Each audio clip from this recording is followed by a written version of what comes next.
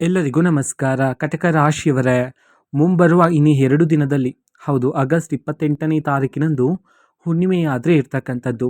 ಹೌದು, ಕಟಕ ರಾಶಿಯವರೇ, ಇದೇ ಹುಣ್ಣಿಮೆಯ ನಂತರ ನಿಮ್ಮ ಜೀವನದಲ್ಲಿ ಏನೆಲ್ಲ ಬದಲಾವಣೆ ಆಗಲಿದೆ, ಇದರ ಬಗ್ಗೆ ಸಂಪೂರ್ಣವಾಗಿ ನಾನು ನಿಮಗೆ ಇದೇ ಒಂದು ವಿಡಿಯೋದಲ್ಲಿ ಮಾಹಿತಿಯನ್ನಾದರೆ ತಿಳಿಸ್ಕೊಡ್ತಿದ್ದೀನಿ. ಹೌದು, ವಿಡಿಯೋವನ್ನು ಸ್ಟಾರ್ಟ್ ಮಾಡ್ತೀನಿ. ಅದಕ್ಕಿಂತ ಮೊದಲು ನೀವಿನ್ನೂ ನಮ್ಮ ಚಾನೆಲ್ಗೆ ಸಬ್ಸ್ಕ್ರೈಬ್ ಮಾಡದೇ ಇದ್ದರೆ ಈ ಕೂಡಲೇ ಚಾನೆಲ್ಗೆ ಸಬ್ಸ್ಕ್ರೈಬ್ ಮಾಡ್ಕೊಳ್ಳಿ ಮತ್ತು ಲೈಕ್ ಮಾಡಿ.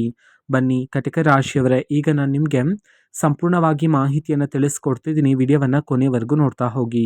ಹೌದು, ಮುಂಬರುವ ಇನ್ನು 2 ದಿನದಲ್ಲಿ ಹುಣ್ಣಿಮೆಯಾದರೆ ಇರ್ತಕ್ಕಂಥದ್ದು. ಹುಣ್ಣಿಮೆಯ ನಂತರ ನಿಮ್ಮ ಜೀವನದಲ್ಲಿ ಇಷ್ಟು ದಿನ ತುಂಬ ಲವಲವಿಕೆಯಿಂದ ಶುರುವಾಗಿರ್ತಕ್ಕಂತಹ ಒಂದು ಬಹುಮುಖ್ಯವಾಗಿರ್ತಕ್ಕಂತಹ ಕೆಲಸ, ಅದು ಈ ಹಿಂದೆ ತುಂಬ ಲವಲವಿಕೆಯಿಂದ ಶುರುವಾಗಿತ್ತು. ಆದರೆ ಕೆಲವು ಕಾರಣಾಂತರಗಳಿಂದಾಗಿ ಆ ಒಂದು ಕೆಲಸ ಅರ್ಧಕ್ಕೆ ನಿಂತು ಹೋಗಿತ್ತು ಅಲ್ವಾ. ಹಾಗೆ ಅರ್ಧಕ್ಕೆ ನಿಂತು ಹೋಗಿರ್ತಕ್ಕಂಥ ಎಲ್ಲ ರೀತಿ ಕೆಲಸಗಳಿಗೆ ಮುಂಬರುವ ಹುಣ್ಣಿಮೆಯ ನಂತರ ಚುರುಕುತನ ಆದರೆ ಬಂದು ಆ ಎಲ್ಲ ರೀತಿ ಕೆಲಸಗಳು ನಿಮ್ಮ ಜೀವನದಲ್ಲಿ ಈ ಸಮಯದಲ್ಲಿ ಅತಿ ಬೇಗನೆ ಪೂರ್ಣ ಆದರೆ ಆಗ್ತಕ್ಕಂಥದ್ದು ಕಟಕ ರಾಶಿಯವರೇ. ಹೌದು, ಅದೇ ರೀತಿ ನಿಮ್ಮ ಜೀವನದಲ್ಲಿರ್ತಕ್ಕಂಥ ಎಲ್ಲ ರೀತಿ ನಿಮ್ಮ ಕನಸುಗಳು, ನಿಮ್ಮ ಆಸೆಗಳು, ಹೌದು, ನನ್ನ ಜೀವನದಲ್ಲಿ ಹೀಗಿದ್ದಿದ್ರೆ ಚೆನ್ನಾಗಿರ್ತಿತ್ತು, ಈ ವಸ್ತು ಇದ್ದಿದ್ರೆ ಚೆನ್ನಾಗಿರ್ತಿತ್ತು ಅಂತ ಹೇಳಿ ನಿಮ್ಮ ಆಸೆಗಳಿತ್ವಲ್ಲ, ಅವೆಲ್ಲನೂ ಸಹ ಈ ಸಮಯದಲ್ಲಿ ಈಡೇರ್ತಕ್ಕಂಥದ್ದು ನಿಮ್ಮ ಒಂದು ಜೀವನದಲ್ಲಿ ಕಟಕ ರಾಶಿಯವರೇ. ಹೌದು, ಹುಣ್ಣಿಮೆಯ ದಿನ ಬೆಳಗ್ಗೆ ಬೇಗನೆ ಎದ್ದು ಕುಲದೇವರನ್ನ ಆರಾಧನೆ ಮಾಡೋದ್ರ ಮೂಲಕ ಜೀವನದಲ್ಲಿ ಭಾರಿ ಅದೃಷ್ಟ ಮತ್ತು ಸಕಾರಾತ್ಮಕ ಶಕ್ತಿ ಆದರೆ ಹೆಚ್ಚಾಗ್ತಕ್ಕಂಥದ್ದು ಕಟಕ ರಾಶಿಯವರೇ.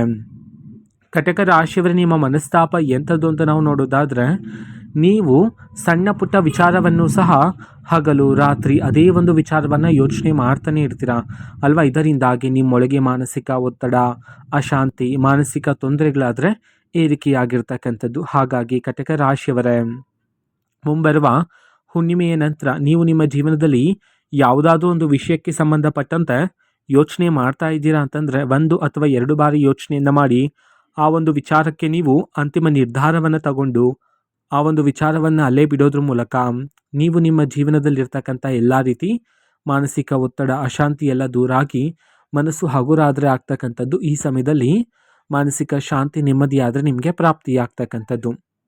ಅದೇ ರೀತಿ ಕಟಕ ರಾಶಿಯವರೇ, ಈ ಹಿಂದೆ ನೀವು ಯಾವುದಾದ್ರೂ ಒಂದು ಹೊಸ ಯೋಜನೆಯನ್ನು ಶುರು ಮಾಡಬೇಕು ಅಂತಿದ್ರೆ, ಅಥವಾ ಒಂದು ಹೊಸ ಜಾಗದಲ್ಲಿ ಹಣದ ಹೂಡಿಕೆಯನ್ನು ಮಾಡಬೇಕು ಅಂತಿದ್ರೆ, ಒಂದು ಹೊಸ ವ್ಯಾಪಾರವನ್ನೇ ಶುರು ಮಾಡಬೇಕು ಅಂತಿದ್ರೆ ನಿಮ್ಮೊಳಗೆ ಆತಂಕ, ಭಯ ಆದರೆ ಇರ್ತಿತ್ತು ಅಲ್ವಾ. ಆ ಎಲ್ಲ ರೀತಿ ಆತಂಕ, ಭಯನೂ ಸಹ ಮುಂಬರುವ ಹುಣ್ಣಿಮೆಯ ನಂತರ ನಿಮ್ಮ ಜೀವನದಿಂದ ದೂರಾಗಿ ನಿಮ್ಮೊಳಗೆ ಆತ್ಮವಿಶ್ವಾಸ ಆದರೆ ಹೆಚ್ಚಾಗ್ತಕ್ಕಂಥದ್ದು. ಇದರಿಂದಾಗಿ ನೀವು ಈ ಸಮಯದಲ್ಲಿ ಧೈರ್ಯದಿಂದ ಮುನ್ನಡೆ ಸಾಧಿಸಬಹುದಾಗಿರುತ್ತೆ ಕಟಕ ರಾಶಿಯವರೇ. ಹೌದು, ಕಟಕ ರಾಶಿಯವರೇ, ನೀವು ನಿಮ್ಮ ಜೀವನದಲ್ಲಿ ಗಮನಿಸಿ ನೋಡಿದರೆ ಪ್ರತಿ ದಿನದಿಂದ ದಿನಕ್ಕೆ ಶತ್ರುಗಳ ಸಂಖ್ಯೆಯೂ ಸಹ ಕ್ರಮೇಣವಾಗಿ ಏರಿಕೆ ಆಗ್ತಾನೆ ಇದೆ.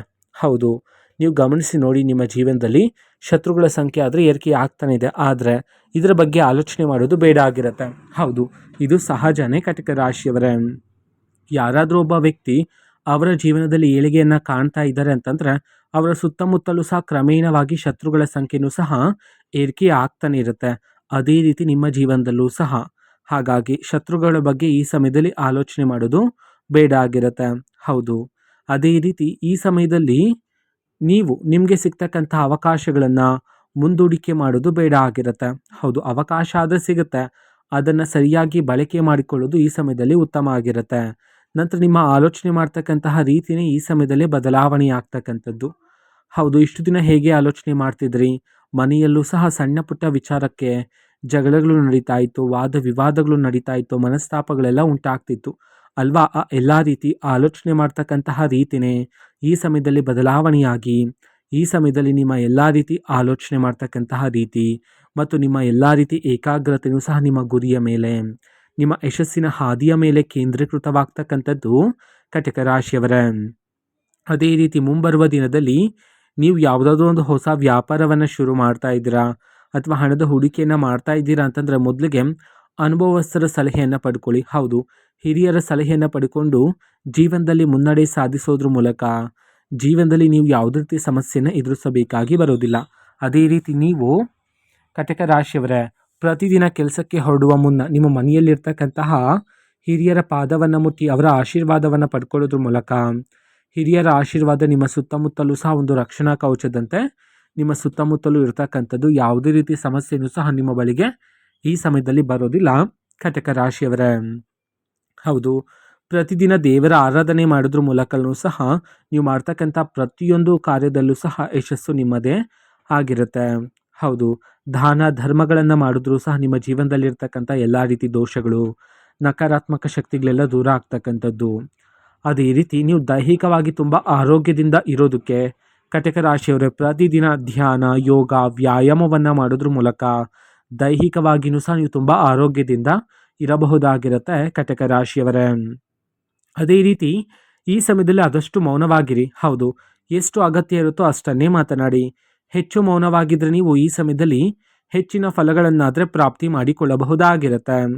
ಅದೇ ರೀತಿ ಕಟಕ ರಾಶಿಯವರೇ ಈ ಸಮಯದಲ್ಲಿ ನಿಮಗೆ ಕಂಕಣ ಭಾಗ್ಯ ಆದರೆ ಕೂಡಿ ಬರ್ತಕ್ಕಂಥದ್ದು. ಹೌದು, ಸುಮಾರು ವರ್ಷಗಳಿಂದ ನೀವು ಕಂಕಣ ಭಾಗ್ಯಕ್ಕೋಸ್ಕರ ಕಾಯ್ತಾ ಇದ್ದೀರಾ. ಆದರೆ ಎಷ್ಟೇ ಹುಡುಕಿದ್ರೂ ಸಹ ನಿಮಗೆ ತಕ್ಕ ಸಂಬಂಧ, ಒಂದು ಒಳ್ಳೆಯ ಗುಣವಂತ ಸಂಬಂಧ ಆದರೆ ಇಷ್ಟು ದಿನ ನಿಮಗೆ ಸಿಕ್ಕಿರಲಿಲ್ಲ ಅಲ್ವಾ? ಹಾಗಾಗಿ ಮುಂಬರುವ ಹುಣ್ಣಿಮೆಯ ನಂತರ ನಿಮಗೆ ತಕ್ಕ ಸಂಬಂಧ, ಒಂದು ಒಳ್ಳೆಯ ಗುಣವಂತ ಸಂಬಂಧ ಆದರೆ ಈ ಸಮಯದಲ್ಲಿ ನಿಮ್ಮನ್ನು ಹುಡುಕಿಕೊಂಡು ಬರ್ತಕ್ಕಂಥದ್ದು ಕಟಕ ರಾಶಿಯವರೇ.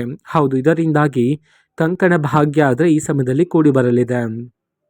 ನಂತರ ಕಟಕ ರಾಶಿಯವರೇ ಹುಣ್ಣಿಮೆಯ ನಂತರ ನಿಮ್ಮ ಜೀವನದಲ್ಲಿ ನಿಮಗೆ ಒಂದು ನಿರ್ಧಾರವನ್ನು ತಗೊಳ್ತಕ್ಕಂತಹ ಅವಕಾಶ ಆದರೆ ಸಿಗುತ್ತೆ.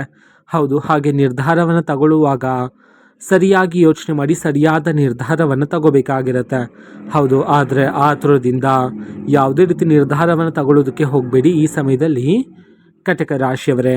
ಅದೇ ರೀತಿ ಇಷ್ಟು ದಿನ ಯಾವ ಜಾಗದಲ್ಲಿ ನಿಮ್ಮ ಮಾತಿಗೆ ಬೆಲೆ ಇರಲಿಲ್ವೋ ಅದೇ ಒಂದು ಜಾಗದಲ್ಲಿ ಈ ಸಮಯದಲ್ಲಿ ನಿಮ್ಮ ಮಾತಿಗೆ ಬೆಲೆನೂ ಸಹ ಸಿಗ್ತಾ ಹೋಗ್ತಕ್ಕಂಥದ್ದು.